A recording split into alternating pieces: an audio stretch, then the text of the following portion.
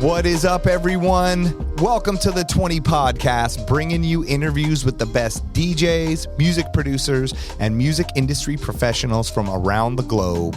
I'm your host, DJ Spider. That's right. Give it up for me. Oh, thank you guys for giving it up for me. I really appreciate it. Yes, take a bow. You guys, honestly, the show would be nothing without you.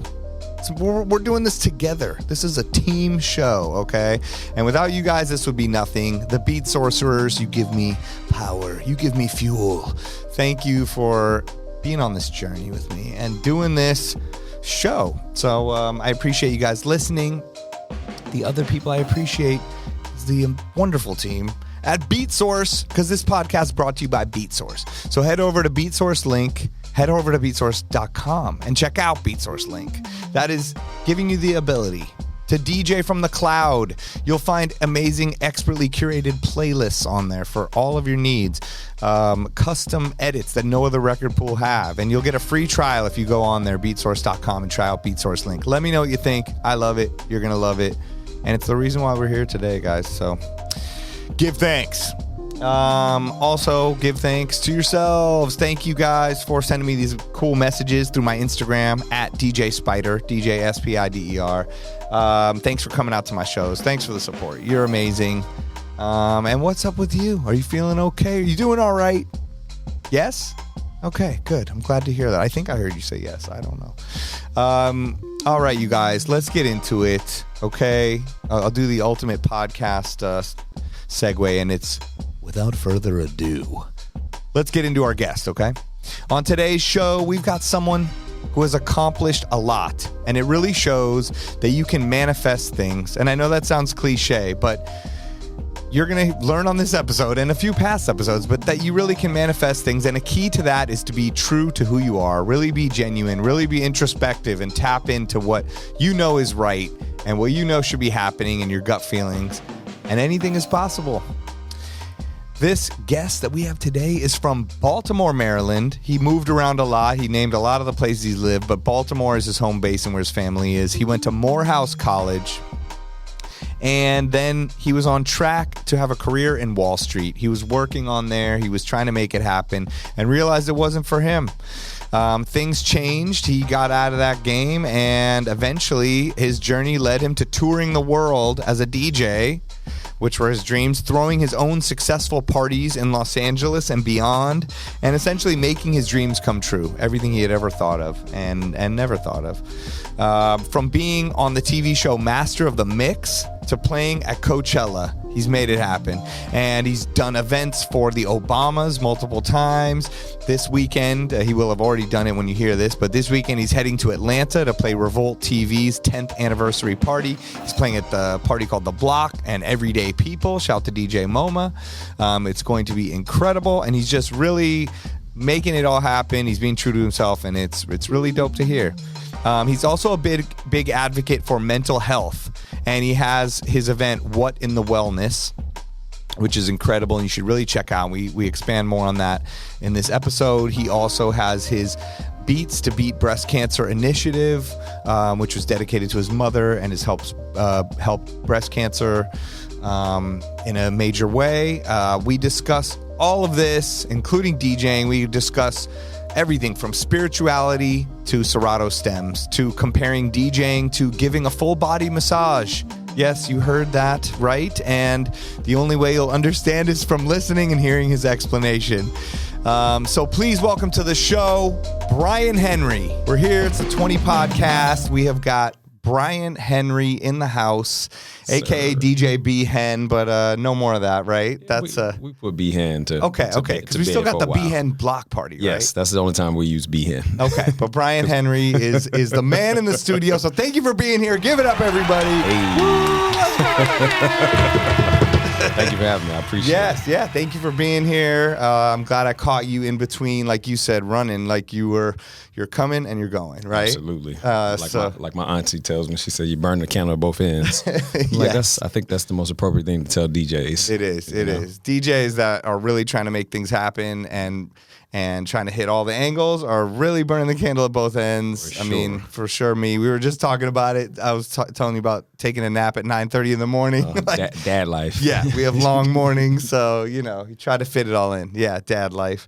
So, yeah, thanks for being here. And, I guess before we get into everything, I like to just kind of let you speak on yourself. So you want to tell us a little bit about yourself?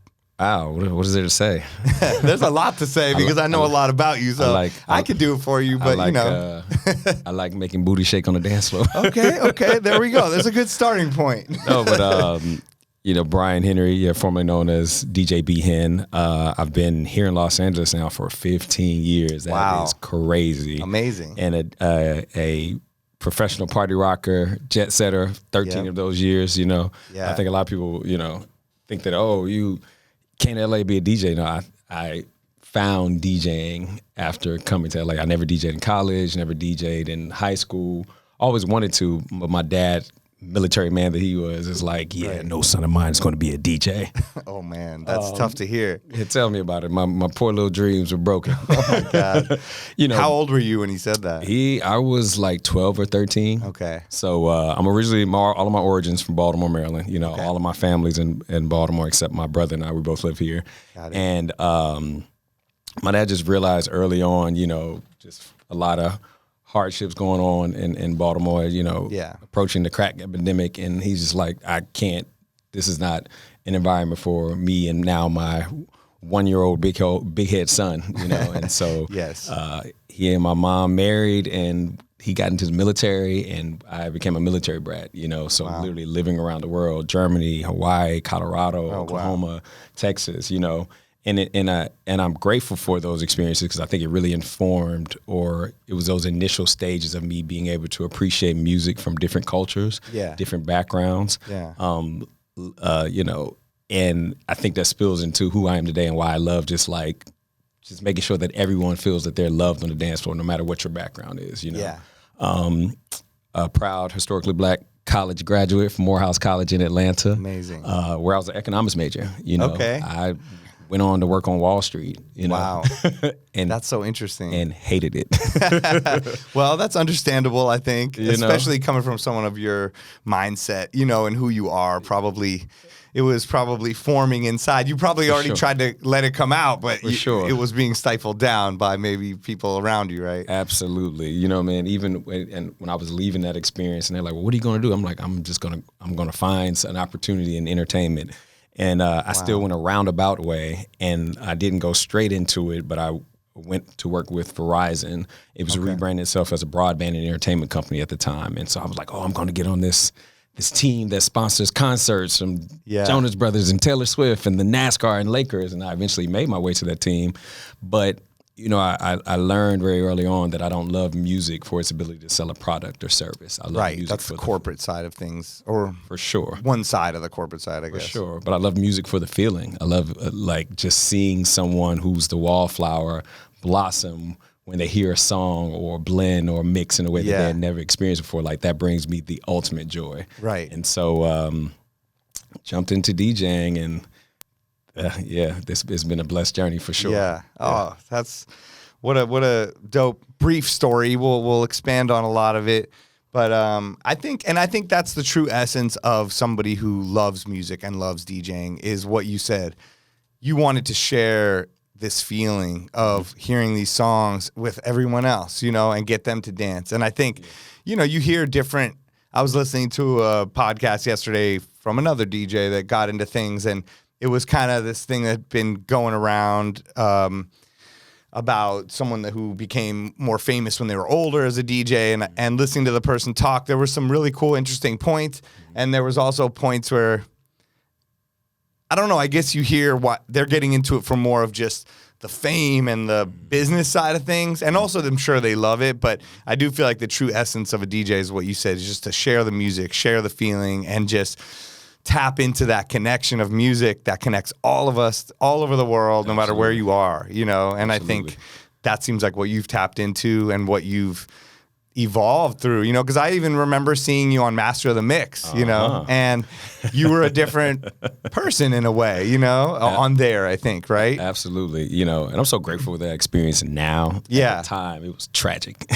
I mean, I understand why you would say that. I don't think from an outside perspective, excuse me, it was tragic. Like, everybody, I think everyone's judgmental, obviously, on TV, and just people that are not, including the other DJs in the community. 100%. To say the so least. that's the ultimate, you know. But I think that you were finding yourself and being yourself at the same time within that, and you hadn't been DJing very long, right? Oh no, at that point, I had been DJing maybe like a year and a half, right? And so, you know, there's just a level of nervousness that you come to the table when you're still very you're on TV, young in your DJ on a career, competition, and then you're on a television show nationally broadcasted on VH1. Can't even imagine. It's funny, one of the things that people don't realize about that show is that the same people who would interview castmates on reality shows like Basketball Wives and Love and Hip Hop, those are the same folks who are producing the show in the back end of Master. The drama. Yeah, on Master of the Mix. So they like stirring up drama and ask you certain questions and throwing things onto you before you get on stage, and then you're like passive aggressive little comments, like, "Don't worry about what he said." You're like, "Wait, what'd he say?" For sure, you know. So nothing. So there's just a level of nerves and just being young and fresh in my DJ career and excited and just overcompensating. I just had all this energy and didn't know exactly what to do with it, you know. Yeah. And I think one of the most it's so funny for some reason. This has been a narrative or just something that's come up in so many different junctures of my career. When I was leaving Wall Street Opportunity, they're like, "Oh, he thinks he's Puff Daddy or something," you know. And fast forward, Kid Capri on the show, he says, "You don't know if you want to dance or if you want to DJ." This guy thinks he's the Diddy of DJing.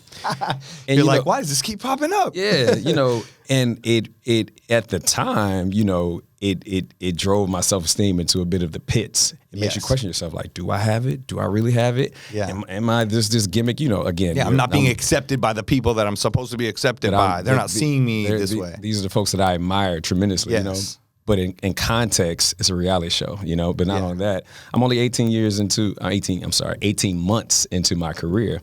But it's just so interesting about when you follow innately what's within you. Yeah. Like, I love dancing. I've been dancing since I was like 5 years old. Right. And me being able to mix, you know, whether it be rehearsed choreography or just the energy that I bring onto the turntables into my sets, I've actually found my own lane in doing so. You know, just being able to bring a lot of high energy. That's just how I perform. Yep. And just a full circle moment, you know, this weekend I'm one of the headlining DJs for Diddy's inaugural Revolt World Conference in Atlanta. Incredible. So it's just, to me, it's just a testament to staying true to who you are. Yes. You know, there's so many different ways in which we as artists and as DJs create and then subsequently perform. And whatever's your unique way of doing it, you know, stick to it.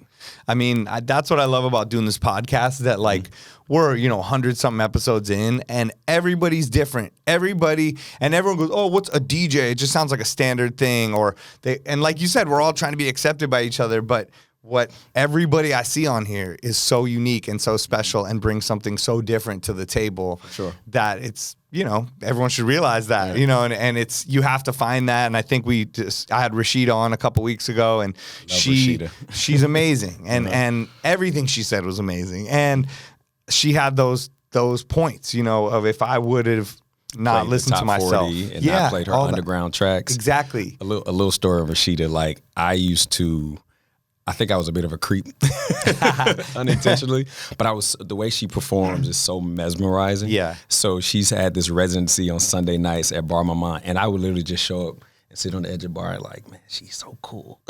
She's so cool. And she's so cool. She like, the first time I ever heard anyone play a track from Sango was from Rashida, wow. You know what I mean? Like, and then I dug into his catalog, and then that introduced me to Baye Funk down in Brazil, you know? Yeah. Like, I just love the way she's always performed, and she's such an incredibly sweet person, you know what I mean? Yep. Yeah, she does it for the right reasons, and same as what I mentioned before. You know, she's cut from that cloth of just sharing music and loving music and DJing and all genres, and, you know, and the spirituality, you know, within all of it. And I think finding herself in, I heard you talk about being introspective before, and that leading you into where you are. So, I mean, I guess let's go back, you know, in time a little bit, because it's interesting what you said. Like, most people on this podcast do say like, oh man, I was 12 and I got turntables, or I was DJing all the college parties, or, you know, something like that. Like it's somewhat rare to hear, I made it through college, I went to Wall Street, all that, I quit.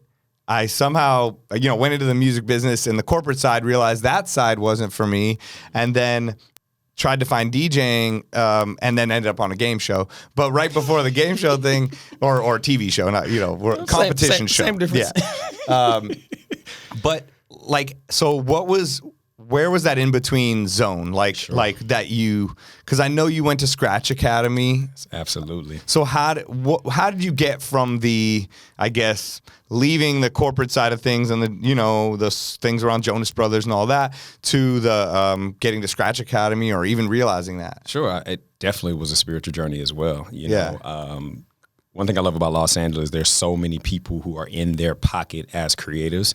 And me coming from this background where it was about education and your pedigree and, you know, who knows you and all these things that are valuable in one area of life, but it didn't feel like it had the same resonance here in Los Angeles, because I was doing these things, but I was miserable. Right. You know? I was at a party, circling back, Rashida and DJ EQ and Monica Payne, and Shelly Otto, the Honey Collective. Oh, yeah, you know? For sure. I know. I meant to go into that on her episode more, but I didn't get to it. They were those are all legends too. EQ, yeah, all amazing such women. Beautiful women. Yeah. And it was so unique to have these 4 women hosting an event that would attract massive crowds throughout the city. You know what I mean? That's actually the first time I saw Prince, because Prince just came as a guest to, you know, Prince would be the MC Light, Queen Latifah, et cetera. And I was just going to those events like, man, I really want to do this. That desire for music was just still within me. Yeah. And I met a guy at a party and he's like, you're going through something. And I'm like, you don't know me? You know? It's kind of like brush it off and nice to meet you. Kept it moving. A month later, at the same Honey Collective party, top of the roof at Standard Hotel, he's like, "You're going through something." I'm like, "Yeah, I'm going through something." And he took it as an opportunity. He said, "Give me a call tomorrow." And he sent me a YouTube clip. He said, "Take a clip of this clip and then give me a call back." And that YouTube clip was Tina Turner talking about Buddhism on Larry King Live. Wow. Okay. And I called him back immediately, like, I've been wanting to learn about this my whole life. Ever since I seen What's Love Got to Do with It. Like, I don't know what this is, but I realized that spiritual practice that she had engaged with was strong enough for her to move beyond the circumstances that were adversely affecting her in her life. You know? The narrative is so much as like, well, why would she allow herself to be abused by Ike Turner in this relationship, when in reality, she didn't see herself in her fullest value. And through practicing Buddhism, chanting Nam Myoho Renge Kyo, she was able to, you know, clear herself of the things that just wasn't working in her favor, you know? I went to a meeting, and next you know, I started practicing Buddhism, you know? And it more or less helped me see myself clearly. I saw that I was in this job that paid well, but I was miserable, you know? And then not only that, but like I'm doing this out of fear. So what would happen if I chose to value myself, see myself clearly, and take steps that would allow me to do things out of love for self, you know? And that was always music. And I just so happened to be chanting at the Buddha Center on Fairfax in Venice, and because I'm just going through it. I'm just going through all emotions of just not being in the best state. And I'm up, and this is how you know, because I'm up at like 7:30 in the morning, like just chanting. Wow. And the person who happened to be leading the chant session in that particular moment was Herbie Hancock. Oh my God. You know? Yeah. And so I'm like, oh my God, that's Herbie Hancock. I gotta, you know. So just him being just his humble self, I went up and spoke with him.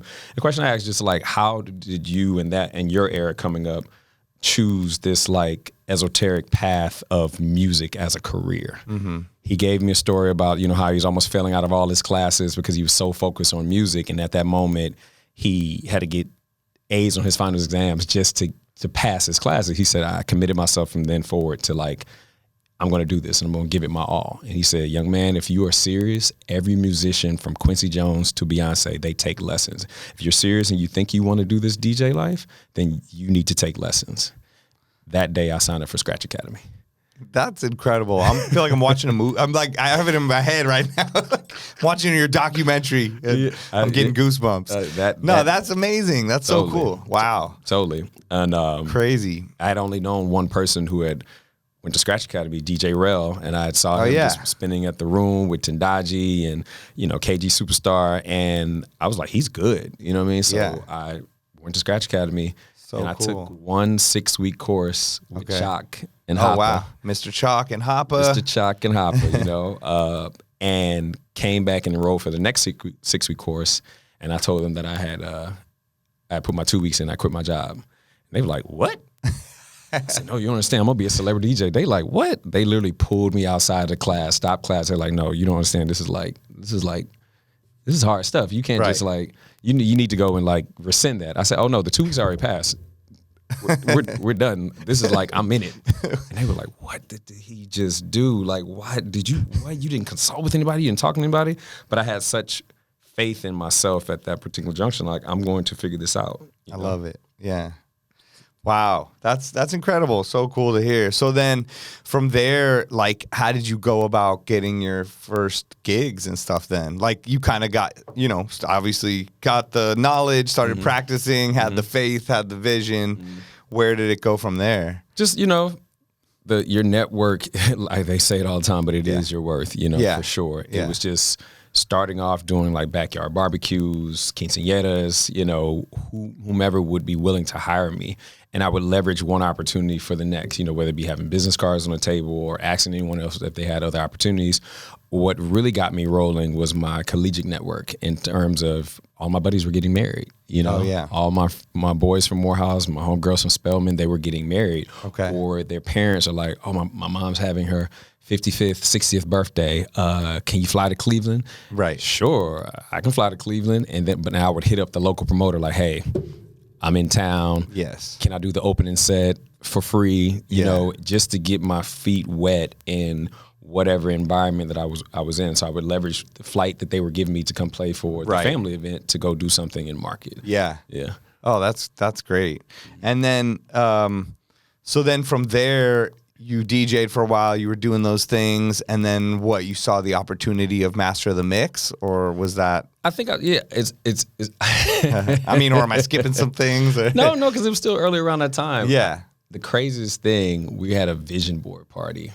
Okay. Top of the year. Who's that? You and your friends? Me and my friends. Okay. And sounds like you have an amazing friend group is all I gotta say. They are incredible. It's been since the beginning till now. I feel like, even just watching your Instagram, I'm like, he's working out with all these amazing people. Everyone's so supportive and nice. They are, truly, it sounds like you're good at surrounding yourself with the right people, I guess. And I think, as begrudgingly as I was as a kid, when we had to move all the time, the skill set I learned very early on is that, we all desire of respect and love. You know what I'm saying? So you come into environments and you give that, it became really easy to make friends. That's cool. That shows kind of probably a positive thing that came out of something that maybe felt negative to you as a kid moving around. Yeah, because a skill that you've learned. Yeah, by the time I enrolled in college, it was my 15th school attending from pre-K all the way to college. That's insane. That's how often we moved growing up. But that being said, oh, so you had a vision board party with your friends. With my friends, I said, if anybody sees anything from Master of the Mix, let me know. I want to put this on my vision board. Because that show had been out already. Yeah, it was already 2 seasons in, and I don't know, I was just like... Were you on the one versus JCO, or was he a judge? JCO won. JCO won that year. He won that season, yeah. Okay, and it had been on before, but it was on a different network or something? It was on BET at first. They had a late segment. Yeah. And then I guess it rose to its prominence in last season on VH1. Right. All in that Viacom family, so they switched networks. But that's what made it scary, because I put it on the vision board and then 2 weeks later found an audition for it and went for the audition. They're like, oh, you've advanced to the next round. I'm like, what? And then just kind of rolled from there. Wow. Who else was on that? It was you, JCO. Fly Guy. Incrediboy. Oh, yeah, Incrediboy. So funny. I'm friends with some of these people now, and I forgot they were even on it in a way. Yeah. because we've all gone on to do just some really cool and different. Chris Carnes is on there, like Chris Carnes, you're right. You know, he's like sick with it, you know. Oh, I mean, he's one of the best scratchers in the world, and he tours with Pretty Lights, and he produces and plays drums, and JCO has become his own artist in a way, you know, keeps evolving. You know, he just came out with an album. I'm gonna have him back on the podcast. Oh, nice. Yeah, Incrediboy tours with artists, and it's just super dope. And so I think it served as a great platform to really get a level of not so much notoriety, but just presence or awareness of being in the space. And to your point, although I thought, I was like, damn, I was like the third person put off the boat, right? You know, for my base, my friends, my family, and the extensions of friends and family. It was a big deal. It was like, wow, you just quit your job a year and a half ago. Now you're on TV DJing. Like, I think it was just a great springboard into all the things that came next. You know? Yeah, sure. yeah. Oh, that's amazing. And so, you know, a lot of things have happened in between. I mean, I mentioned before we started that I listened to you talking on some other podcasts. Things were maybe 4 or 5 years ago, and before what we could even fathom would be a pandemic that would stop our whole lives. You know, so many things that we never could have predicted.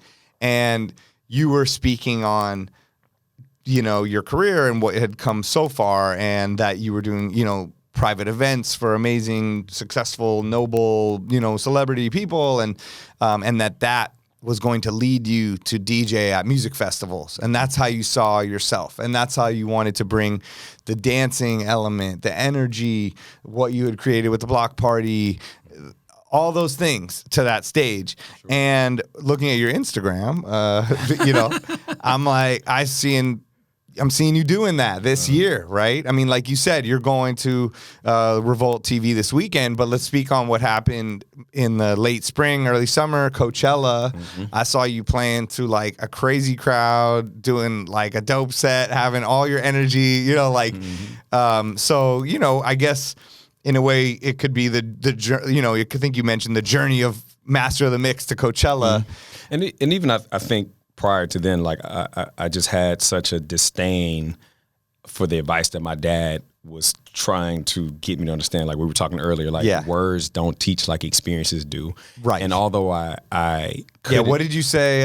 What was your saying that you said? Well, words don't teach like experiences do, or was that what it was? Okay, yeah. So exactly, like I think that's important. And I realized that I needed the experience of these corporate internships and subsequent jobs after college, and not starting DJing until 4 years after I had graduated, because it set me up in a way to think differently as a DJ. Yeah. I approach opportunities differently as a DJ. I think I've been blessed with a level of business acumen that has created some pockets of success. For sure, yeah. And I wouldn't have had that had I not had my dad like being on my back about doing this first. You know what I'm saying? Yeah. And so I'm ultimately grateful for it, because it allows me to run this not only as a creative, but also, you know, this is it's a business. Yeah. And you have to, like Jay-Z said, I'm a businessman, you know. It's the truth. You know, we have to look at it like that more and more, you know, and that's the small things, the contracts that come up and you see in perpetuity, and you're like, you know,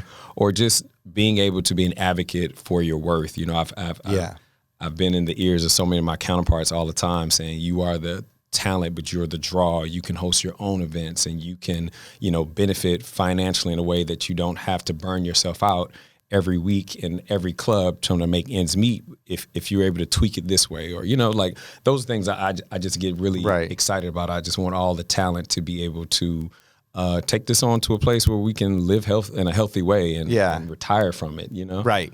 And can you expand on that a little bit? Like, so when you say, oh, you don't have to burn yourself out if you tweak it a little bit, like, what do you mean? Throwing your own parties, or? Yeah, throwing your own parties, you know, especially if you have a draw and you've put the work and time within your craft. Right. You know, if you take the time to go and develop a relationship, or simply introduce yourself to the venue itself and understand the back end of what a contract looks like, and signing the bar deals and bar agreements. I've just seen over the years a lot of talent will opt out of that for the sake of working with a promoter, you know? Yeah. And there's nothing wrong with promoters. We've needed promoters for years, but it's similar to how a lot of artists have decided to be independent, and they don't necessarily use the same infrastructure of the record labels anymore. Yeah. There's a direct path that many of us can take that would lead to greater success in terms of more lucrative paydays for the events that we play. Right. Yeah, I think that's a good way to look at it. And a lot of people get like, oh, I just want to be in that cool club, or just the ease of working with the promoter or the venue or something. And I think there's still a time and place for that. Hey, you're going to Vegas and you're flying in from somewhere. You're probably not going to be the promoter, but in your own hometown and home market, you can leverage the fact that people know you. Right. And they're going to come out because of your name as a means to. Yeah. But I have been noticing parties starting to get their own residencies in Vegas. It's like a new trend, more than DJ. So I've seen like Emo Night, has a residency at Resorts World. I saw like Do Over is doing stuff. Donovan's Yard, a few of them are starting to be brought out there. And then they were doing that before with like some of the parties that would happen in Ibiza. I think these like EDM ones that fit in better in Vegas, but now they're starting to experiment, I think, with other ones. So that's dope. Who knows? Like you said, like that could be, you never know the partnerships you could make and where it could take you, and and the difference in money and stuff. Do you work with a manager or booking agent or anything on that business side, or do you handle it? My manager, Lulit Solomon, for sure. She has definitely, she's been an advocate. Yeah, in a way that she's able to, just like what an advocate does, is going to fight for you in a way that, as the talent, some people don't necessarily have a listening to. Right, and it even circling back to the conversion from B-Hen to Brian Henry. Yeah, it was so important for me to operate as my full self, my full government name. You know, the truncated, the nickname, cool name. Yeah, something I acquired in college. There were two Brians hanging around. They got tired of figuring out which Brian. So they called him by his last name, and they started calling me B-Hen. So when I started DJing, like, naturally it felt natural to roll into that. Right. Would you be surprised how many times I would show up to a gig with a corporate client and they expected me to be dense or expected me to just go hush and play the music? But then when we speak and we had, conversation about whatever the topic was at the moment, you see them draw back with a level of surprise, like, oh, you're not just a DJ. Yeah. Or when I would get asked that, like, oh, you just DJ? Yeah. One of the most offensive things, do you just show up here every day, But it shows you the perception that people have of DJs, and we're so much more. We come to the table. We're not a monolithic being. We're robust individuals. Yes. And we come to the table to provide more than music. Music is obviously our core function, but I don't think people understand just what it even takes to be a musician. The level of intelligence that you have to have, the emotional intelligence, which has to be just as valued as logic and reason, It's so true. And so it was a good point. It was important for me to progress beyond the DJ title and just to operate as my full self, Brian Henry, Yeah, that's cool. And so you just keep the B-Hen for the B-Hen Block Party, because that's your, who wants to come to Brian Henry's block party? B-Hen, that sounds like we're gonna have some fun. Who the hell wants to come to Brian Henry's block party? Nobody wants to come. That's hilarious. But I've seen you as Brian Henry at a lot of events, and you definitely bring the fire. The energy, the music, the dancing. I think you've really evolved as a DJ music, and I haven't been to that many of your things, I'm just speaking from a outside, but just seeing how, you've evolved musically too, like the things that you're really bringing to the table, and how you were really trying to play things that other people weren't playing, and absolutely, and being on, in touch with the Afrobeats movement, and in touch with your connection to Africa and all that stuff. Well before it was. Exactly. I saw you talking about a lot of that stuff before a lot of people were kind of doing it, So particularly in LA, I think in the East Coast, there's always been an appreciation for music from the continent and the Caribbean. But in LA, when I started, it was like play top 40, and top 40 was code for play music that feels more appropriate to white audiences, Yes. And so to tell a black DJ that, people don't understand, like, what, and I love all music, what I'm saying? It doesn't necessarily have a color to it. Right. But it was always important for me to show up as myself and to integrate, like, I'm from Baltimore. Like, I like Baltimore Club, Long Live DJ, K Swift. And it's important to just integrate elements of your roots into it. Yes. But one of the things that one of my mentors, one of the first guys I ever told that I want to be a DJ, Mr. Wilson, my brother Casey, he introduced me to this concept called, just very simple, the full body massage. You know? Okay. I'm like, what the hell is that supposed to mean? And he yeah, what the hell is that supposed to mean? He encouraged me to play in a way that when audiences were able to experience you, that you gave them a full body massage. That means to not play simply in one pocket. If you were to go to a masseuse and they just did this to your shoulder the entire time, you would go, what the hell? What about the rest of my body? That's what, for me, that's what it's like when I go to a club and I'm only hearing trap or I'm only hearing EDM, you know? Right. So my goal is to play music that speaks to every part of your body. So your left hip might be some soca, your right hip might be some, you know, a blend with Garth Brooks and some trap, or, you know, it's really to leverage music from every corner and every pocket, particularly across the diaspora, to encourage people to dance. And it drives a sense of nostalgia. If I'm playing something from New Orleans and there's somebody who's in the South, from the South in the audience, you play some New Orleans bounce, that drives like, wait a minute, what? Like, how do you know about this? Or like, how did you remix this new insert artist song with a Trigger Man beat that I wouldn't expect to necessarily hear in this moment? Right. Like, I just enjoy playing in a way that makes every part of your body move, or that it feels satisfied by the time we're okay, I like that. Yeah, I didn't understand at first when you said it. I'm like picturing a lot of different things. But I mean, but now I have a good vision of what it is, you know? Yeah. And honestly, that's the you know, open format DJing or whatever it's called, but just DJing as a whole, music loving DJing, you know, whatever, that's what it is, you know. Sure. And the other kind is cool too. And if everyone just wants to go to a trance show and that's what they love, and that's massaging their full body, I guess at that moment, because that's what they've chosen, you know. Yeah, it's cool. It's like getting the Korean spa massager, you know, a specialty one if you need that specialty acupuncture. Absolutely. But the full body massage really is what I feel like, our kind of DJ does, you know. That's why I love festivals like Coachella, you know, because it gives you everything, you know. Right. Like, and I really love that. Yeah, to explain Coachella to people is virtually impossible, because there's a magical feeling in the air just when you're there in this crazy desert place that's been there for who knows how long. There's something going on, you know, like in the air around you, just that.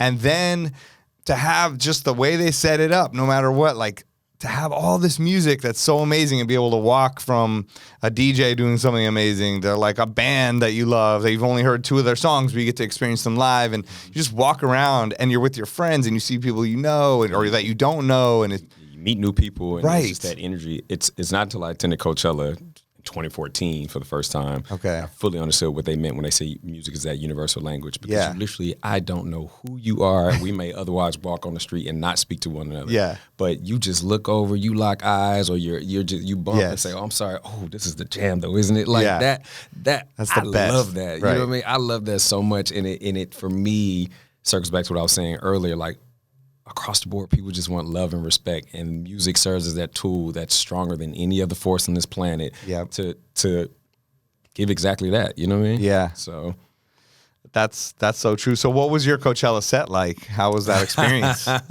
you made it. I mean, you thought about it, right? I think it's a testament to how things manifest in an inconspicuous way. Yeah. And that you can't direct your life. You can have all the goals you want, the intentions, and I believe they all will manifest, but you can't pinpoint when, where, or the how. You just have to have a steadfast amount of faith that it's going to happen in due time. Yes. And so my friends know that I was like obsessed with Coachella, and I would wear these Coachella bands every single year. You know, you get the band on your wrist. Yeah. Well, I wouldn't cut it off. No way, really? I kept the band on my arm 14, 15, 16, 17, 18, never cutting it off. So I have every year. And so I'm washing these Coachella bands just as if they were my skin. Oh my God. Some buddies were making fun of me, like, why the hell are you wearing this? They don't stink. Like, how do you know? I'm like, no, like I wash it, you know? Yeah. And so for me, that was an omen to myself, is just saying, I'm going to wear these bands until I get invited to perform at Coachella. That is crazy. I love your vision on things, man. Like, it's so... It's all unnecessarily deep. No, but I mean... You're like, yeah, but no. No, but I think it's focused, you know? Mm-hmm. You really focus, and you're not being, like, distracted too much by other things. You know, you're paying attention to them. It's what meditation is in a way, right? sure. You're focusing on one thing. You're allowing that to like relax everything around you. The other things are allowed to come. You just kind of ask them to just chill out while you focus on that one thing or those two things or whatever it is, right? So that's like almost how you're living your life. And I love to think so, but in me being imperfect with this particular desire, I was getting impatient. Right. I'm like, I ain't got but so much wrist. You're like this shit is about to be on my bicep. Yeah, I'm like, when is this going to happen? And I was getting frustrated. And one of my buddies, I think, you know, it was in 2019 after Coachella. Yeah. He was just like, although it's light on your arm, you're too attached. Literally, it's attached to your body. The weight of this on your arm is going to increase the weight in time before you ever play at this festival. So once you release it and detach from it and really trust that it's going to come, it'll come. Yeah. And he told me that he just happened to be on a retreat in Bali, so he was all zenned out himself. We were FaceTime audio, and I said, you know what? You're right. And I cut it off, right? Literally, then we go through the pandemic, so we don't have Coachella 2020 or 2021. But there, a gentleman by the name of Juice, we got connected through the powers that be. Yeah. And the first block party, like literally the governor said on like June 14th or 15th, 2021, that we could have events again. We had a block party 3 days later, right? That weekend, you know? Wow. And we expected it to come, so we were already planning for it. But Yeah. it was like the energy surrounding it was crazy, you know? Yeah. And he did our visuals for all of the, you know, everything on the screen. He was so sick with it. It was incredible. Juice did it. Juice. Okay. Uh-huh. And circling back to now, Coachella's coming up, and I call him just like, hey, you were incredible last year. Would love to work with you again. In fact, can you go on the road with us? We're taking it on the road. Yeah. Are you available? He's like, yeah, I'll do it. I'm down. He said, by the way, you know, what do you got going on during Coachella? And I'm so jaded at this point. I'm like, I'm not even sure if I'm going this year. He's like, really? He said, oh, that's crazy. I was thinking about you. I think you rocked this stage, you know, that I've been programming. I'm like, what do you mean? He's like, would you want to play at Coachella? I'm like, but no, what do you mean? Like, wait. He said, you speaking English? do you want to play at Coachella? And I'm like, yes, but I'm not understanding your correlation. He said, I've been programming the stage at Coachella for 10 years. I've seen what you got on your performances. I know you would kill it. Oh, yeah. So here I am calling him to hire him for a job, and me not knowing he has the keys for something I've wanted my entire career. And maybe if you would have known, it wouldn't have been good. Correct, you know? But it was just like I said, I think it's a testament not only to manifestation and keeping your eye on the prize, but just being open and flexible to when and where and how it comes. Yeah. You know? Totally. So I'm super grateful for it. Oh, that's incredible. What stage was it? What stage is that called? What is the stage? Was it the Heineken one or? No. It's It looked pretty dope. Like the whole design of it. Why am I having a brain fart? Well, it was Coachella. The dome. The dome at Coachella. Yes. Yeah. Was that Dulab or the dome? The dome at Coachella. And the great thing about it, the dome is the introduction stage to the festival, you know? Like Andre Power played it maybe 5, 6, 7 years ago, and now Andre's on the Dulab. He's on he's in Sahara Tent, you know what I'm saying? So it's a great segue and introduction to those super prominent stages at the festival. So I'm grateful to now be on the path, if you will. Amazing. Congrats. The same thing, like I don't know what year it was, but I saw Kaytranada like, you know, doing the outside parties. And now Kaytranada is like headlining the festival stages. And so, of course, you know, what do you do any music production stuff? You know, I am learning the piano. I've been learning the piano since November. Wow. And the whole goal is to enhance my ear. Yeah. But then also to understand key. Yeah. For the sake of, you know, becoming a better DJ, performing, spending more in key. Yeah. But then also just marrying all of this, you know, although I've been obviously doing this for a while, I still feel like until you're deeper in music theory, it's kind of like you're dating. Right. Versus marrying it. Right. And I feel like marriage is the next step of taking it serious. Yeah. We're getting engaged. Yes. And the engagement process right now is me learning the piano so that then it leads into music production. Yeah. Yeah. Dope. Yeah, because I mean, I wonder, do you think that you need music production to hit those stages, or there are people that just kind of do their own parties and are known as curators and amazing DJs and people that bring energy that kind of. I've seen it. I've seen it happen both ways. I've seen it, where though they create these amazing experiences and that leverages you leverage that to get on those stages. But I've also seen people who are in the lab creating music from scratch. Right. And so I hope that my experience becomes a hybrid of both. Yeah. Yeah. It seems like you've been making that happen. I think you're unique, and as you keep evolving and developing, what you want to happen, it sounds like that's something that could happen, I appreciate it. But I got a question for you, if I may. Yeah, sure, please. Okay, no one asked me questions. No, like what would you say your unique voice is as a DJ? Like, I've seen the dexterity in which you play and scratch and juggle, and that's not my style, you know what I'm saying? But I totally respect it. But like, what would you say is your unique path in this space that is your own voice? My voice, I mean, it's like you said, it's something that has been an evolving thing. I've been doing this for so long. I've been through so many sort of iterations and evolutions of who I wanted to be as a DJ and what I was going to be. And but over the past probably 15 years or more, it has just been a weird mix of one night I'm doing a Vegas club, the next night I'm doing some Hollywood, movie premiere thing, and then I'm doing a private event, and then I'm doing the do-over. And I think I just love DJing. I love music. I love new sounds. I love introducing new sounds to people. And I love remixing stuff and taking stuff that people know and that they don't know, and turning it into something that makes sense, and then taking a set and just making a cohesive set where you think what's going to happen, but you don't. I'm going to take you on a left turn, and we're going to hear every kind of music, but I'm going to give you the full body massage. Take that with you. In a way.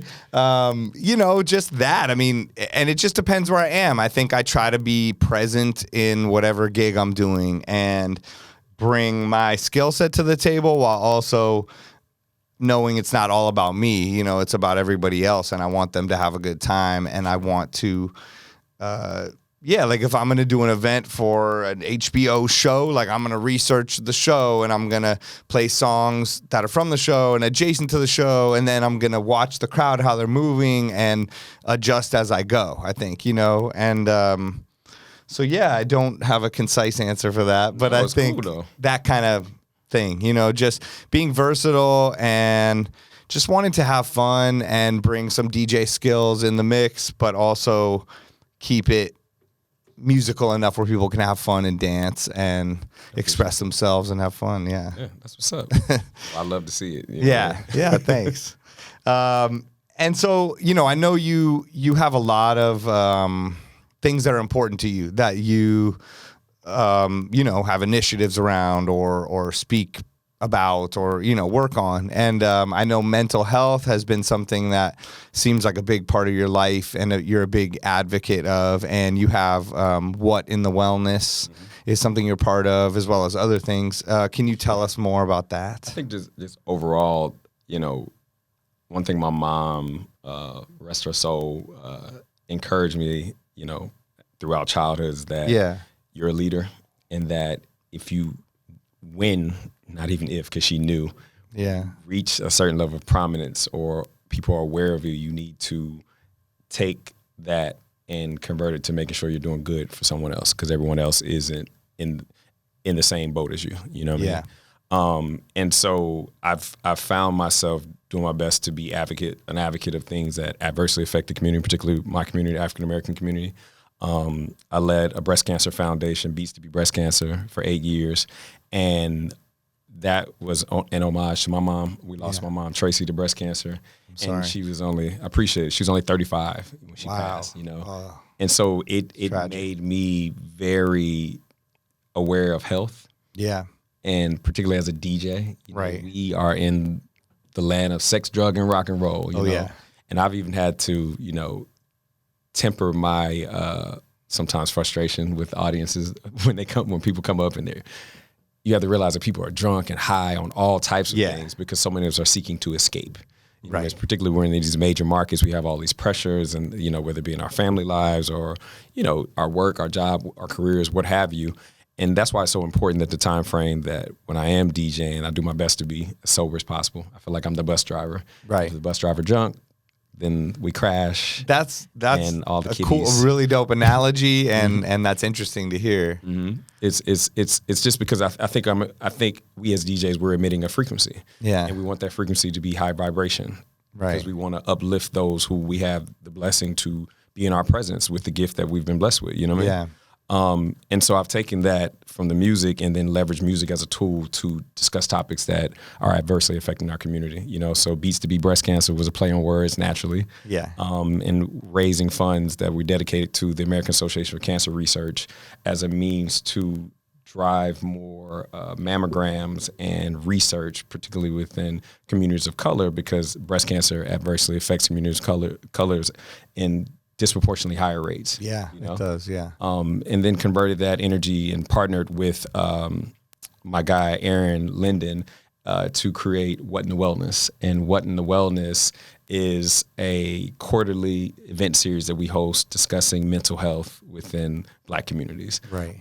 Post-pandemic, we just realized that a lot of us just weren't equipped with the tools to mentally and subsequently emotionally make it through the pandemic. And I think it really showed us the underbelly of the things that we were already dealing with. Yeah. You know, whether it be from a health perspective or just, like I said, just a mental perspective that we just didn't have the tools with, you know? Yeah. And so the panel is set up in a way that we always have a clinician, you know, a therapist, a psychiatric doctor, in addition to two people who work either in entertainment or in a professional career. Right. Where they discuss how therapy has helped them overcome some of the greatest challenges in their lives. Yeah. And it serves as an opportunity for those who may otherwise be reluctant to therapy to actually like embrace it. You know, Yeah. give resources that tell you where you can acquire therapy, resources for in terms of getting it covered for free. You know, we just do our best to create a safe space by which people are led to their own healing. Right.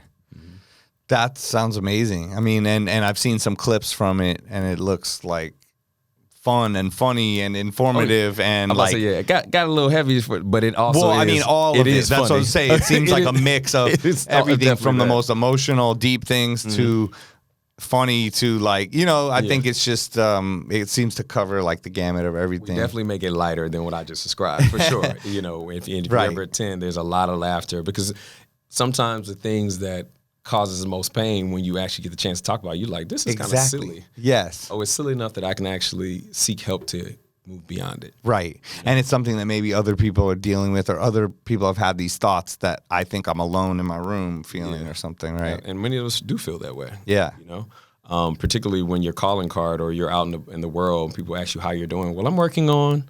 And so is my value solely in alignment with what I'm working on, or is it intrinsic just by the fact that I breathe? And it's like the number, especially in LA, like, how you been? I know you've been killing it. I've seen you out there. You know, it's like, that's always the initial thing. Yeah. And you're like, there's nothing ever like personal or about like just life or anything. Not knowing the thing you've been working on, you feel like sometimes like it's killing you. You know, like, and so it's important. That's interesting. You're killing it or it's killing you. Yeah, independent. It's a fine line. Right. You know, and so we just want those with whom we have access to seek resources so that we can just be our healthiest selves. Yeah. And I've learned that if you have a listening to me and you feel safe with me on the dance floor, then ideally you'll feel safe in these environments as well. Right. Yeah.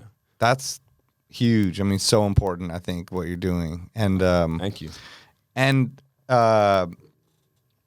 the thing you said also that we sort of glazed over a little bit. I mean, it was interesting, you know, if the bus driver is drunk, like you're in charge of all the kids.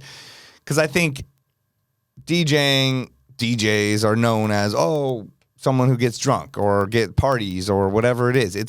We're there to make a party, so why wouldn't we be part of the party? And a lot of the people got into it for that reason, so it doesn't seem wrong. But even as I go on this podcast interviewing all different types of DJs and meeting all these like DJs that DJ sports events, you know, and they're there like 9 a.m., like they've never been part of the party zone. You know, they're in that, and everyone has different aspects. And I think a lot of DJs nowadays, I mean, just the world is realizing that you don't need alcohol. I'm not saying it's bad, and I'm not saying it's good. You can do whatever you want. I could care less. You know, I want you to be healthy and happy. That's all I wish for you. But I think that a lot of DJs felt the need to drink or do whatever to be in touch with everyone. And once they finally got away from that, they realized how clear they were and how much fun they were having. And so many DJs have been coming on with these sobriety talks, which it sounds cliche, but it's true, And I think, like you said, you want to feel everything, be able to transmit everything, be able to deal with anything that happens, like you don't want to be like, like you said, people want you to get drunk, but you're like, yo, I'm good. You have fun. And I find myself turning down like anywhere between 7 or 8 drinks or shots any given night. Me too, or pretending or something. If they keep pushing it, I'm like, I can't get them to go away. I'll put it up to my lips and be like, okay, I'm out. But when you're truly in it, the high comes from the music. The it high really comes does. from the reciprocity of energy that you're getting from the audience. And so you're right. It's no judgment against for anyone who drinks. I've drank, but I had to ask myself, well, what's my intention? I had to really like unpeel it. In those sets where I was drunk, why were you drunk? It was like, oh, I was frustrated. Well, what were you frustrated by? Well, the booth speaker wasn't working. I couldn't hear myself. Yeah. If that's the reason you got drunk tonight, Brian, you need to, or I missed the transition and I was being hard on myself, or just some whatever cockamamie reason, or I didn't get enough sleep last night because I was on this flight or that flight, and I think that if I have some of this mezcal, then I'm going to be more in the zone. It's like, no, you just need more sleep. Right. So when I got to the root of why I would get slizzard or twisted at these events, it felt the need to be like, you need to use that bus driver analogy. Right. Mm-hmm. Okay. I like that. That's cool. And I'm sure that plays into the mental health stuff a bit because obviously a lot of people I know have gone down dark holes with that stuff, and not been able to get out, and in the pandemic especially, see DJs drinking on Twitch or at 9 a.m. I'm like, yo, are you okay? Like, it's a tough thing. Sure. Wow. So, we discussed where you're going this weekend, which sounds incredible. Can you tell us more about that? Like, what is it? So you're going to be part of the Everyday People party there? I'm actually playing 2 sets there. Okay, so what are you doing? Yeah, tell us everything. On Saturday on a stage called The Block. Okay. And on Sunday, I think I'm doing the second to last set at Everyday People. Okay, dope. And that's DJ Moma's party, right? It's Moma's party. Shout out to Moma, Sinclair, Maine, Sharnita, Sada. They have an incredible squad with Everyday People that they've taken this amazing event, just like John Legend, we're just ordinary people, and have taken it across the country, across the world. Across the world, right? I've played with them in a few different destinations, and I love just how people come together and just have an amazing time. Yeah. And so the team of Revolt has brought on the Everyday People squad, and I'm extended family member. Yeah. And I get to rock that dope. Party on Sunday. And I think I'm playing right before Uncle Waffles. It's going to be incredible. It's going to be crazy. Wow. Yeah, so I'm excited. It's going to be a good time. And it's cool to see like what we discussed in the beginning with now that a lot, Everyday People is a mixture of all kinds of music. I know there's a lot of like African music that gets played there, but I think a lot of the African music that's coming out it's not just one tempo. It's almost like it's not one genre, Absolutely and it is a lot of, involves a lot of the DJ dancing, some of them, and it's like a huge part of it. So I think to have you're in the right place, right? Yeah, do you feel? It's been a movement for quite some time. And I think, again, as I mentioned earlier, just you're not sure when, where, or how. Just stick to what works for you, and you will find your community. You'll find your tribe. Right. It sounds cliche, but it's true. Yeah. And so like I said, the things that people would make fun of me about, 10 years ago, it's like now you're on an airplane to go do it at one of the biggest things you can do. And the cool thing about this weekend, and you feel good inside yourself about it because I'm being authentic. Exactly. The cool thing is celebrates 10 years of Revolt as a network. Wow. So it's a huge celebration with performances from Juvenile and Don Tolliver and Saucy Santana and Mr. Easy and a host of Metro Boomin. Like, it's a host of artists throughout the entire weekend, in addition to all of their podcast series that are going to be on display as well. So it's going to be big business down in Atlanta this weekend. Oh yeah, and probably Drink Champs and all that stuff. Definitely Nori and the Drink Champs. And for me, it's like a homecoming because I graduated Morehouse in Atlanta, so I'm circling. I'm sure you're gonna have so many friends, new, old. Yeah, I'm really excited. Yeah, that's so dope. It feels really like a homecoming kind of thing for you, you know, and a right place, you know, and it's all just coming together, you know. Sure.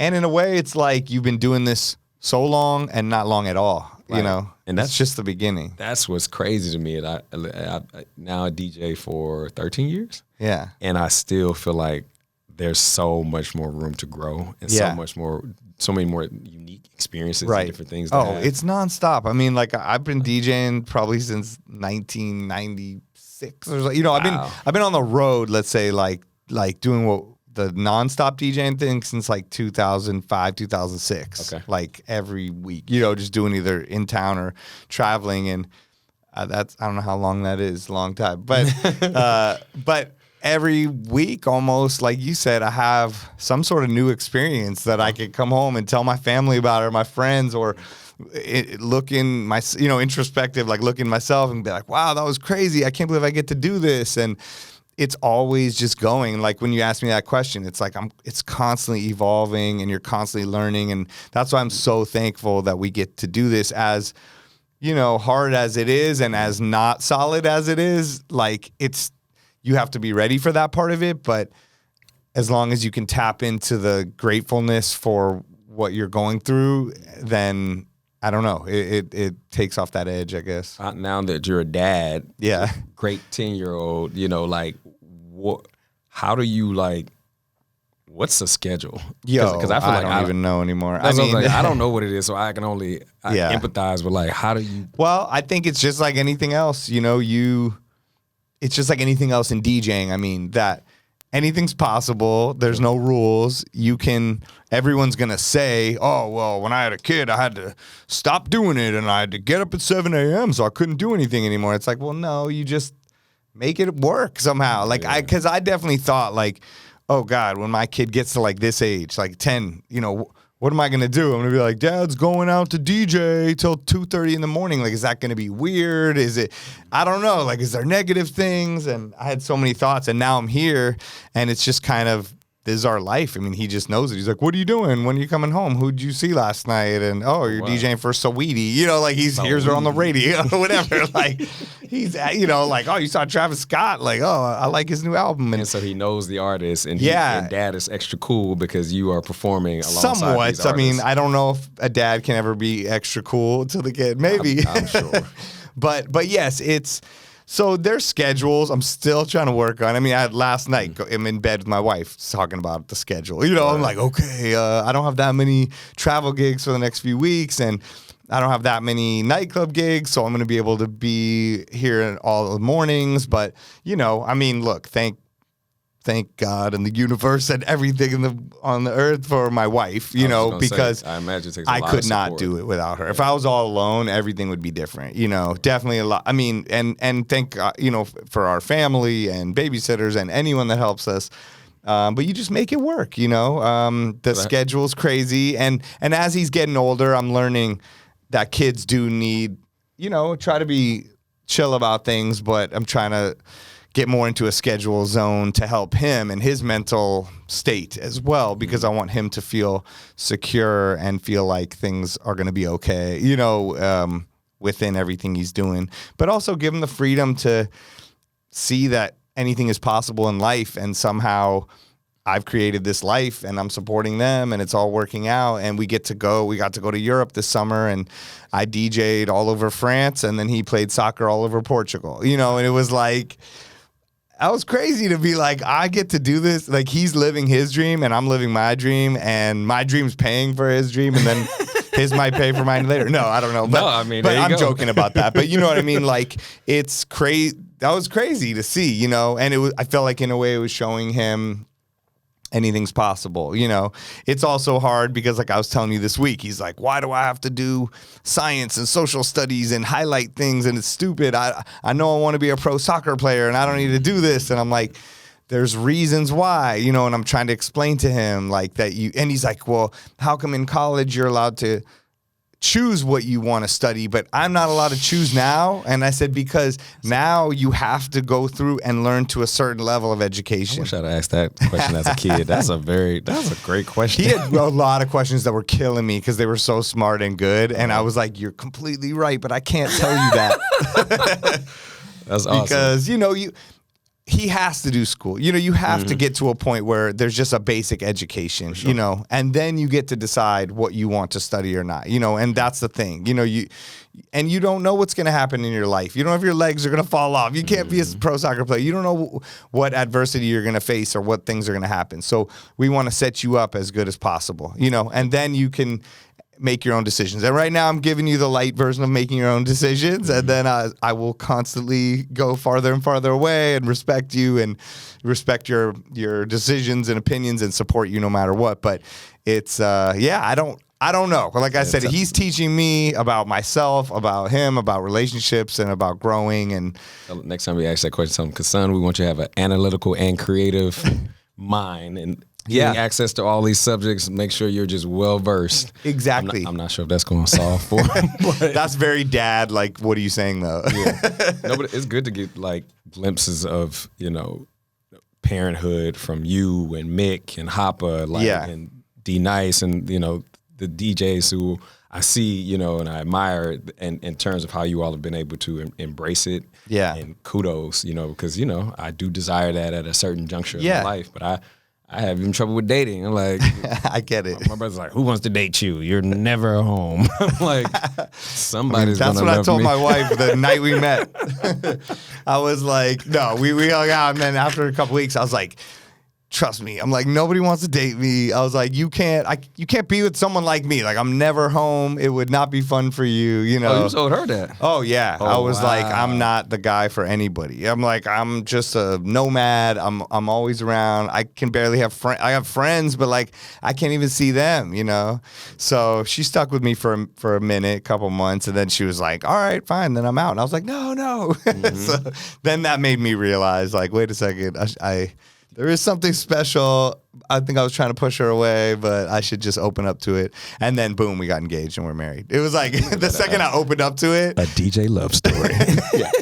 We met New Year's Eve in San Francisco at a gig.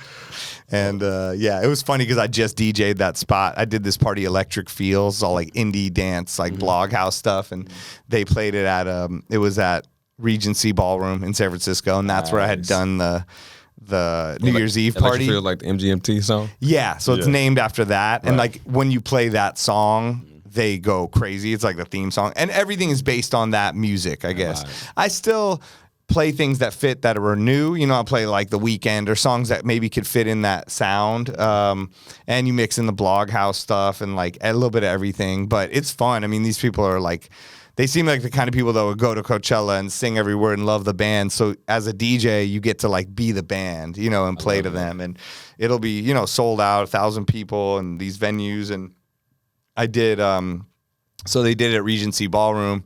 And I was like, all right, I'm going to stop my set and tell them the story of meeting my wife in this spot and tell them, like, look around. You never know. You never know, so right? It was my little thing at that. They were all like going crazy, like loving it. Somebody surely met. Yes. Met for the first time that night. You never know. But yeah, it's hard. Look, everything's challenging. And but yeah, thank God for her and him, I mean, he also chose me as a parent, I feel, and came to me, and I'm so lucky to be his dad, and I get to learn so much and adjust as I go, and as much as I have to pretend like I know everything to him, like I don't, and that's what I realized about my dad, later is like, you're like, oh, he was just making all that shit up, Right. Right on the spot. You know what I mean? Totally. There's, even all the handbooks there are. Just because I said so, it's like that kind of thing. But yeah, there's no real schedule, we're figuring it out. But I think just trying to be present. A lot of people are like, I can't believe you made it here to the soccer game, or why are you here? You're probably so tired. And I'm like, to me, maybe I'm wrong, but I just want him to see my face, when he's happy or sad or whatever's happening, at the soccer game, after school, whatever it is. I just want to be there. And there's a lot of times I can't be there, but when I can, I want to show up and be there and be present. So maybe we don't have a schedule, but we can have a relationship, I guess. I don't know. That's a word. That's a bar right there. Yeah. We don't have a schedule, but we have a relationship. Right? It's like there's no... Yeah, I mean, I think you could be so caught up in the schedule, you're getting mad at them for nothing. Oh, you're not on the schedule. It's like, as long as we're there for each other, and it's like you said, you can manifest the things and you can want the things for yourself and for other people, but you can't plan how they're going to come. And that's what's happening with him and as it's going. And definitely did not think, 10 years ago when he had a kid, we'd be flying to Portugal for him to play in a soccer tournament against kids around the world, and he'd want to move to Spain and, play soccer. I'm like, what is going on? But like, I'm very not athletic too. So it's like, you're definitely given the opposite of what some of the time, I'm like, don't you want a DJ? I got everything in this room. He's like, I'm a sports guy. I'm like, okay, listen, I support you. Dude, and that's more than anything else. I'm sure that's what love feels like. Just like, it may not be for me, but I respect it is for you. Oh my God. The amount of football, NFL that I study to now be able to just have a conversation with him. Like, wow. I've never watched a football game in my life. And like, now I have like multiple fantasy football leagues. I'm constantly tracking like who's injured and like what's happening. Cause like, I just want to be able to talk to him about it. I know he loves it. It's part of his life. So that's beautiful, man. It's just like, no, I'm buying tickets. I'd never been to a football game. And like, we were at the Rams 49ers this Sunday. We're going to every game. I'm going to soccer games, baseball, football, basketball. And, we're spending a lot of money on that stuff, so, and that's not something I ever grew up with at all. It was like my parents were like into, actors, and my dad was like on Broadway for a while and a writer. And, that was like, we were such an artistic, like family. And they were like, you should go do what you want and hippie-ish, and so it's so different, to have that. But it's still cool because I see the through line is like love and respect. Like, 100%. You know what I mean? He could quit soccer and I would be fine. I'll support him in what he wants. And that's what I try to do at the games. I think it is a blessing that I don't know that much about sports because I'm not yelling like, run up the middle. Why'd you go off sides? Like, I don't even know what's happening. So I'm just like, I got your water. Like, let's cool you down. Like, you're not that dad that's getting angry because he didn't make a certain play. It's like, no, like when we're on the road, I'm just finding the best place to eat. Like, that's my goal. It's like, yo, I've read all the Yelp reviews in this weird town we have to play soccer in, and I found the best breakfast burrito we could ever find, or like, something like that. That's dope. Listen, I'll tap into my specialty. I'm making playlists, find out what he likes. I find other music that sounds like it and that could pump him up, or, and the other parents tell me that he's the person making the playlist of the friends, even though he tells me he's not the DJ. I think he has the ear, he can even hear when something's sped up or it's off pitch or something, and I tell him, I go, not a lot of people could hear that, and he's like, that's the remix. They sped it up. They did that. Oh, wow. So he I think he can hear it, and he's 10. Like, I didn't want to DJ till I was probably 17, 18, so a lot of people come on, you're like, I've been DJing since I was 10. I'm like, I had no idea. But his proximity to you, and your gene pool is in there. And he gets to come. He's come to my gigs. I was opening for Blink-182, and he's on stage dancing with me, or I just did the Teenage Mutant Ninja Turtle event for the movie, and he got to come with me, and they had me play all 90s hip hop, and he's like, I'm playing DOS Effects and stuff. He's like, what is this? So it was cool to see him hear things, and all that. I could talk forever about my son. I told you you're the cool dad. I don't know what. Embrace it. You're the cool dad. When that juncture hits in my life, I'm hitting you up like, hey, I need some tips. Yeah. Because I love how you said, like, that can be such a concern about taking that next step. Yeah. In a relationship or in this subsequent with kids is like the schedule. But I love how you said, like, we don't have a schedule, but we have a relationship. Yeah. I never thought about that until we said it. But I think that was my unthought out goal, is just to make sure I'm there, because there was time that Blink tour, I left for 3.5 months. I never came home. I saw him for one day in Iowa because they flew there and met me there for the one day I was able to get away, and there's times where I'll be gone for weeks and weeks, but it's just become a normal thing in our life, and we just try to make the best of the moments that we are together. Mm-hmm. So, yeah. And I listen, I know he loves you, obviously. Yes. I mean, my dad had to, because of the military, had to be in Korea for an entire year, and this is before FaceTime and Skype and all those other things. Yeah, exactly. But at the core, I knew he was making those decisions to support us and be there even in not being there physically. So Kudos, Dad. It's good to hear because sometimes I'm like, oh, I feel bad. I missed that thing or, whatever. But like I said, thank God. My wife's always showing up and, she's the soccer manager person. He'll thank her first in the speech. That's why he loves Ted Lasso. Yeah, well, that's why he wanted to watch it too. He was like, let me watch Ted Lasso. Gotcha. Definitely a lot of soccer. Soccer for life. So a few other, we've been talking for a minute. I don't know if you have to get out of here, but we could get into a few more things if you got time. Yeah, we got time. So some other things, we could get into is almost just like the technical side of DJing. Like I know that you've gone through a lot of iterations, you as a DJ and the types of music you play, and you do a lot of different kinds of events. So I want to talk about like music organization and also like new technology that's been helping us grow as DJs. For example, Serato stems. Sure. Is that something you're using a lot? Absolutely. Yeah, me too. Love it. I'm looking at DJs crazy when they don't use stem. I'm like, what are you doing with your life? What are you doing with your life? And my preference is been, I'm CDJs, Pioneer S9, now Pioneer S11. Right, me too. The Rev 7, I think they coming out with a Rev 5. I think, Yeah. I think I'm even going to take S9 off my rider because I love the functionality of the S11 where you can separate the left and right channels and, have your hot cues on one side or your roll on one side and then actually access the stems on the other side. It is... Oh, you know what? I haven't really used the S9 with stems that much because I've only been doing the S11, and I didn't realize that. So it just makes stems on both. When you do it with the S9, no matter makes what, it on both. Oh, yeah, okay. And it's funny because I was playing with another DJ on Saturday, and the way he had his stem set up was different from mine. Like I used, I think, the roll effect, and I think he may have used the sample effect. So I had to switch it in. I was like, yeah, I need an S11 moving forward. Yeah. But I feel like stems were made just for me. I think they were. That's what they told me in the meeting. Like seriously, because my mind has always been there. Like before DJing in high school, I would like use Cool Edit Pro. Yeah. I think now is Adobe Audition, and I would like make these 50-track mixtapes and like pulling this and pulling that and like trying to make my own DIY acapellas and pulling the drums and the synths and all those things. And now for it to be its first edition of it, it's really good. Like, really good. I think a lot of us thought it was gonna be trash, but like it's really definitely good. And even when they took their time with it for sure. Yeah, and some other DJs even, I'll send them some things and they're like, oh, I could hear you made it with stems.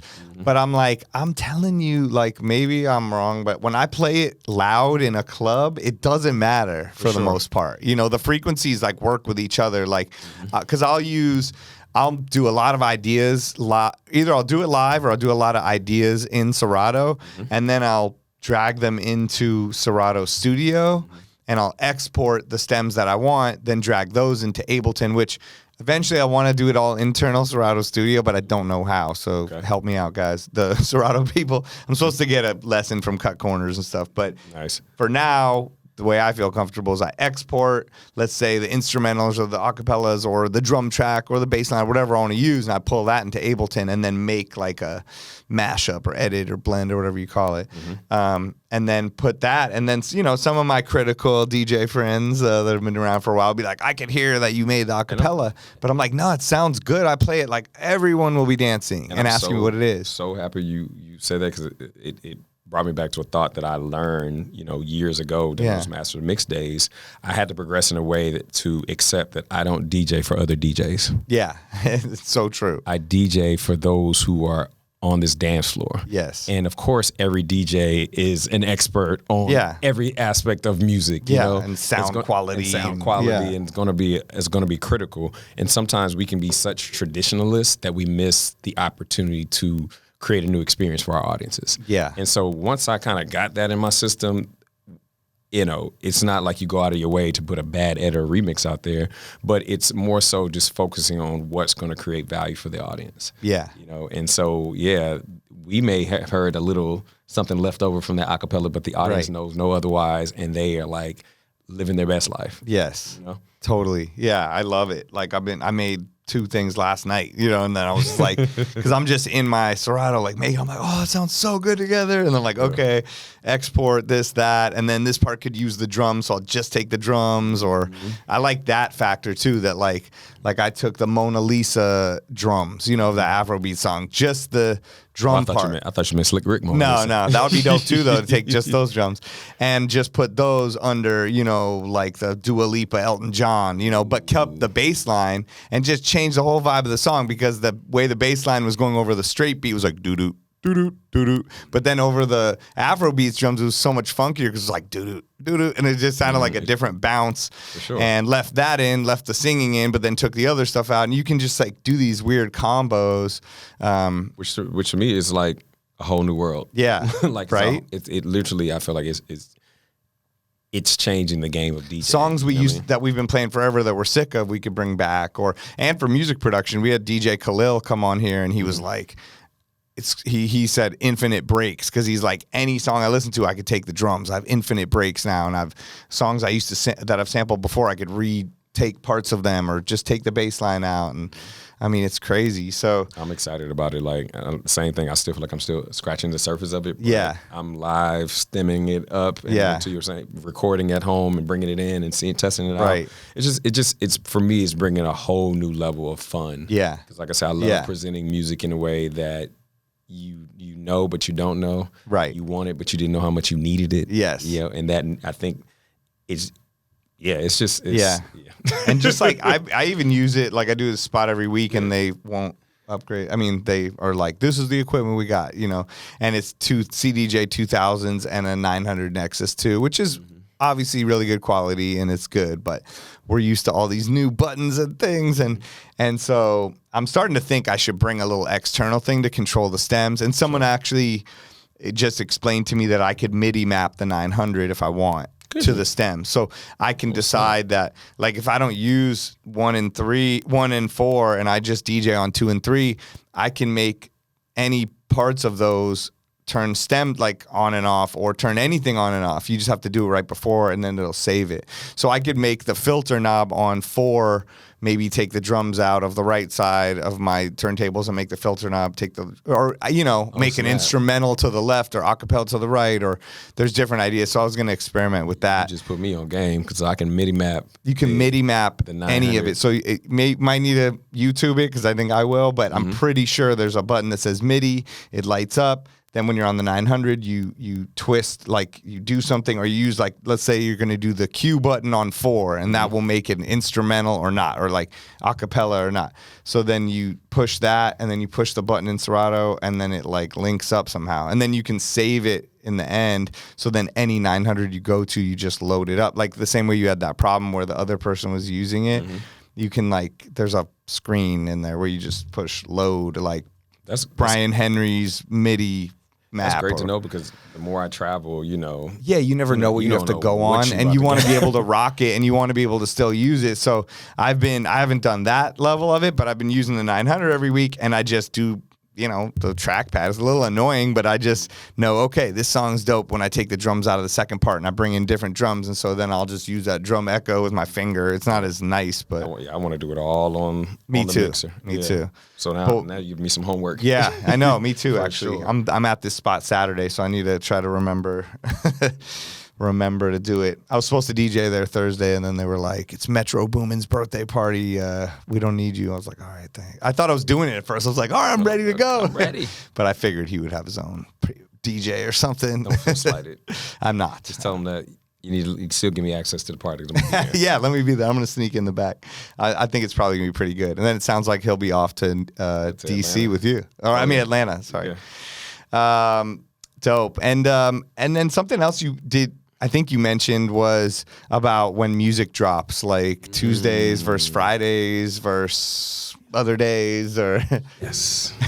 What's your feeling on that? I hate it. You hate that it drops Friday. I hate that music now drops at 9 p.m. Thursday Pacific, night, yeah. Thursday, midnight, Friday. It is annoying. Like, at least do it in the morning so I can get ready. Like, the amount of times that I'm sitting there at 9:05 on a Thursday night when I have a gig at 11, and I'm like, yo, this sounds dope. It's the new Travis Scott. Oh, which one would I play? You know, like that's like, I wish I had it earlier, having the Tuesday at least ready for the weekend gig. Because on Tuesday, I think it gave us still that early in the week feeling of like, I don't want to go to school. I don't want to go to work. But on my commute, I got the new XYZ album, and I can listen to that album, and you get to learn it on Tuesday, Wednesday, Thursday. So by the time Friday hits at the party, singing along to it, everyone knows it, right? You know what I mean? Because the word of mouth marketing alone, pre social media, if it's great, people are going to be playing. What is the Friday? Like, who decided that? I'm like, when the hell did that happen? You know what I'm saying? And I think it does a disservice to audiences. I think it does a disservice to sales or streams. I think it does a disservice to DJs when it comes down to integrating that new music into your set. Because like you said, you're at 9:05 on Thursday, but you probably got a gig on Thursday. You definitely got something on Friday and Saturday. And working to integrate new music into that in that short time frame, it becomes a bit of a loss. Right. And then I think, unfortunately, the great amount of time that musicians put into putting out a new project gets lost in the shuffle of the weekend. Because the weekend, I have, not only as a DJ, but just anyone out in the world, you have so many other obligations during the weekend. Right. Whereas, like I said, if you're just listening to new music on your commute to work or to school, you have some type of focus period on what's new. I really feel like at this point they could just do new music every day.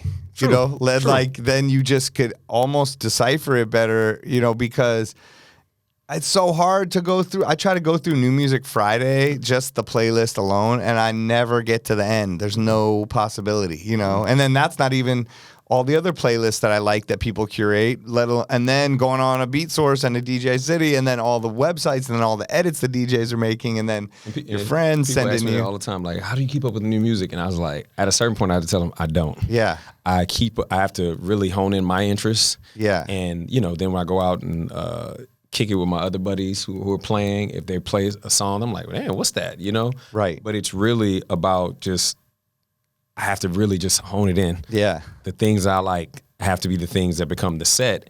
And I think there'll just be more opportunity. You know, we're all digging. We're always digging. But music industry professionals, labels who are listening to this, please bring music back to Tuesdays. I think it would help everyone. Or at least like add in a Tuesday. Like, why does it have to? I think at this point, like you said, it's a fear-based thing where like they're scared to change it. They're like, it's working and the numbers are going up. We're making more money. And everyone knows New Music Friday is almost the flagship of all music being released. But like, why? Is that just because Spotify decided that? Or I'm wondering, like, where did it originate? When did it shift? Too. It just shifted at a certain point. I was like, what the? There must be a historical reason why Tuesday was something and why Friday became something. I got to go on TikTok. Yeah, there's definitely someone is explaining that in modern day encyclopedia. It's so true. Now it's just all about asking people if they think about the Roman Empire. But it's have crazy. You heard that? I haven't heard that one. There's like something where they have women going and asking men how often they think of the Roman Empire. And every guy, for some reason, is like, oh, a couple times a week, like no matter what. And then every woman freaks out. This is like the TikTok trend, you know, the basis of it. Wow. But it's really, it's a very viral thing right now. All the brands, you know, because I noticed like HBO, all these brands are tweeting about Roman Empire. I'm like, why are they saying this? And then I was like, it has to be a trend on TikTok. And it totally was. So, yeah, it's hard for me to go on TikTok. I have to force myself in a way. You know, my brother keeps me hip on all the things. I sound like an old man when I say that. But my brother sent me TikToks of new music and trends and different stuff all the time. So I'm super grateful for that. It's good to have a TikTok connoisseur curator in your TikTok family. You know, I probably have 2 TikToks out in the universe somewhere. But I'm like, you know, I'm a consumer. Yeah. Are there any other like things that are really important to you that you want to discuss, you know, on here or bring light to? I think I'm just so excited to see more people lean into being themselves. Yeah. I pray that we are leaving an era where everyone feels like they need to fit in. And it feels like we are in certain ways. I definitely believe we are, you know what I mean? And I hope that people are able to just see themselves in themselves. Yeah. And understand that everybody else is already taken. Yes. So being yourself is the winning formula. So and true. no matter how quirky or nerdy or flawed or magnificent or otherwise that you think you are, everyone has a space to be loved. And I think it starts with us loving ourselves and loving those things that make us unique. Yeah. And in doing so, we just we shine. Yeah. You know, and it's not just as DJs or creators, but like, you know, if you love animals and you want to be the best veterinarian, you know, even as someone who shines light, my goal is to shine light in a way that serves as inspiration for you to shine yours. Yeah. You know what I mean? In whatever field or whatever unique way that looks like for you that brings you joy. Yeah. Like that's what I love, you know? And I think we're just at an era where we're starting to see more of that. Me too. I'm excited. Me too. I think that's a good movement to champion. And like, yeah, it was, you know, especially coming up even as a DJ, and in that you felt like you had to like be part, you had to be liked by other people. And like you said, you don't play for DJs now, like we all did. And of course I want to impress my peers, and of course you want to add to the culture, the DJ culture, but I know what you're saying. You know, you don't need to change yourself, you know. Sure. And I think the being yourself part is really important, and people should feel that And you're freedom. You're happier. Like it's similar to like Rashida was saying with you a few episodes ago, like I was told you got to play this sound and you got to do this and you got to do that. And unlike her, I actually I listened and I was like, oh, I have to do this. And I was doing it, but I'm just like, you're not happy playing this music. You know, like you gotta let that go. Right. And the more I let go of what other people advise that I should do to find success in my career, it naturally came. You know, that's huge. I mean, that's honestly a good thing to end on. But there was a couple of things I wanted to ask you about. I didn't get to hit, which were just I saw you went to the Kamala Harris 50th anniversary of hip hop party at her house. Was it? Yeah, absolutely. What was up with that? That looked amazing. I got a call from the Recording Academy, and I was being considered to DJ it, and they then called back a week later, like, "Oh, we went in a different direction, but would you like to still attend?" I'm like, "Yeah," and I had that happen before. I was blessed to. I got a call. At this point, I'm trying to figure out where it was, but I think this is like my third or fourth time with the first family, the Obamas. Okay, I wanted to ask you about that too. Yeah, and I got a call at the top of 2021 saying, "Hey, we already got Questlove, we already got D-Nice to DJ, but would you be willing to be, you know, the voice of God, or would you?" Oh, wow! And I'm like, "Sure, yeah. I'm gonna be behind the scenes, and I'm gonna be, you know, introducing people." And then that upgraded to, "No, now you're the host for President Barack Obama's 60th birthday." I mean, and I'm come like, on. What?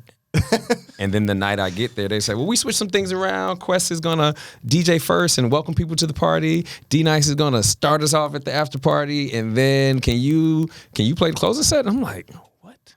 Like, let's go. And so, you know, being grateful to be in those spaces before, you know, when you get what a call, it doesn't show up always again the way you want it to. Yeah. But I said, of course, sure, I would love to be there. And so it's the first time any administration has acknowledged hip hop, let alone to have this hip hop house party on the front lawn of the vice president's home. You have performances from MC Lyte, Slick Rick, D-Nice,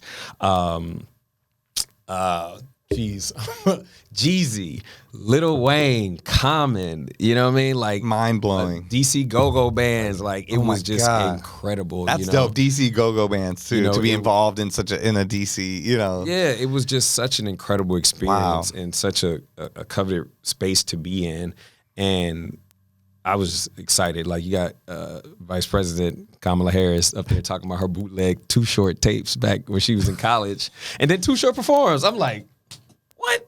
That's something I never pictured. Too Short at a government event.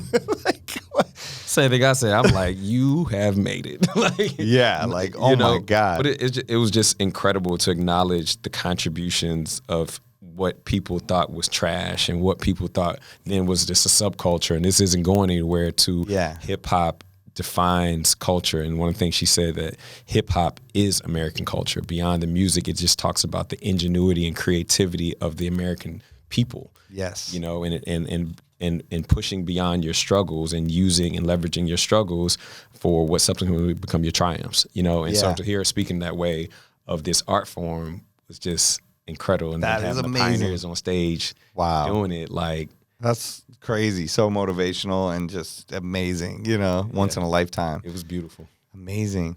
And also another thing I just have seen you post about a lot, that you got to go to the Beyonce show. What was that, in Dubai? Yes. I went to that looked like what? Incredible. Like you were on another planet, honestly. We were.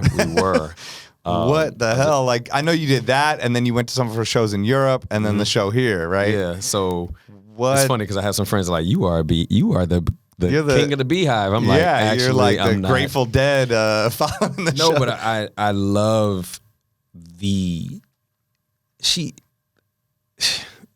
like, yes. I think that she's one of the last of the greatest performers of our time. Right. You know what I mean? I think she straddles the fence between the Michael Jacksons of the world and all the way up to meeting it in its current stage of leveraging social media to get your craft out there. Like the time and energy that she puts into this art form, and how she's been able to go from, this star in a group to everybody hating her to now you hate all you want to, but you have no choice but to agree that she puts in more work than anyone else, and that she's redeveloped this model over and over and over again in a way that you have no choice but to respect. Yeah. And so to see her Dubai show, then to see her first show of the Renaissance tour in Stockholm, and then to see the birthday show, it's like, it's a good grouping of the shows. Yeah, for sure.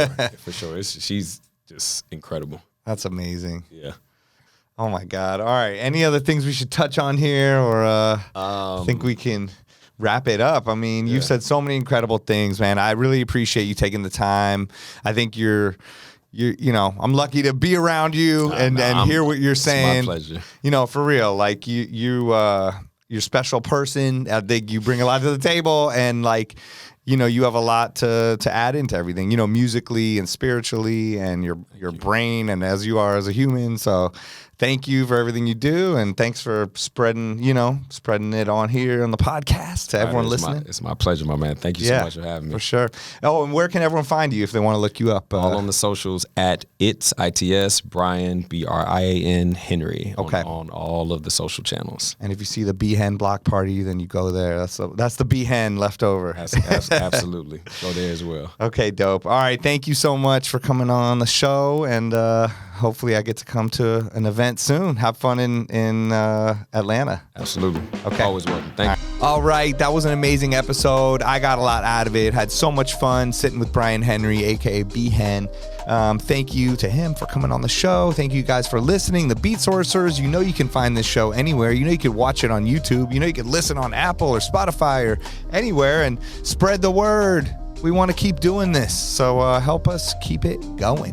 The podcast, the 20 podcast, this podcast is called the 20 podcast, and it's brought to you by Beatsource. Join us next week for more interviews as we discuss music that matters to DJs. I'm DJ Spider, signing off.